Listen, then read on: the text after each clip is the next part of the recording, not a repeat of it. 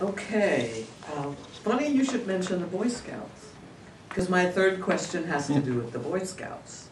As the largest private youth organization in the country, it has policies that have been upheld by the Supreme Court that atheists, agnostics, and open or avowed homosexuals are not allowed to become Boy Scout members.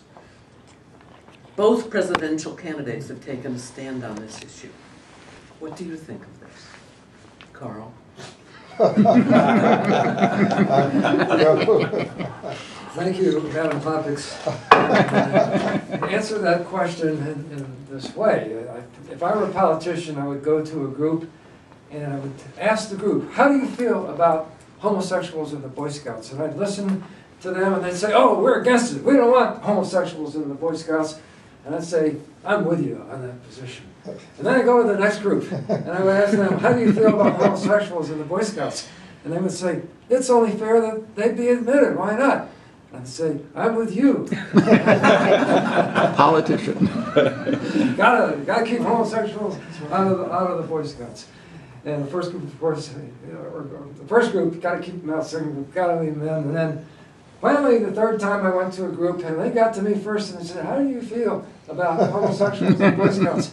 And I said, ladies and gentlemen, I'm with you on that issue. And that's kind of the way I feel about the whole thing, because one of the things I've learned, particularly being a media person, is that if you take a position on something, you immediately alienate half the population. So why do that, Madam? Both Barack Obama and Mitt Romney stated they oppose the ban on gays in Boy Scouts. FYI. You want me to try a fourth? I don't have a whip banger one like the first three that I researched. But the fourth question would be, good membership in any organization needs to not cost too much. The dues for some organizations are prohibited. This one is quite fair. Yet I witnessed a disagreement in a Peninsula Prose about dual membership. And shouldn't dual membership be a little more discounted for Toastmasters than others? So my question is, what type of scholarship policies or help for those with economic hardship that wish to become members of an organization, specifically Toastmasters, might be implemented in the future? I'm trying not to call on people that have speaking roles, and that's a little tough today. Beverley. Thank you. I think that most of the people who join organizations can afford to be a member of that organization. At least it seems like it. But I believe that there are many people who can't, even though they seem as though they can.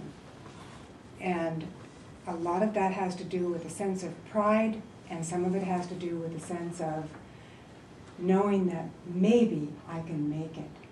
Maybe I can make it because I enjoy this organization so much, and I will find the money to pay for the membership and all of the other things that come along. Well, I don't think that it's possible for everyone, and there should be something that we can do about that as an organization. And that would be to have a meeting where we can brainstorm ways to come up with a scholarship between us. Perhaps selling something that we have, or charging for something that we can do. A way to have money put aside for those who really can't afford to do it. Thank you.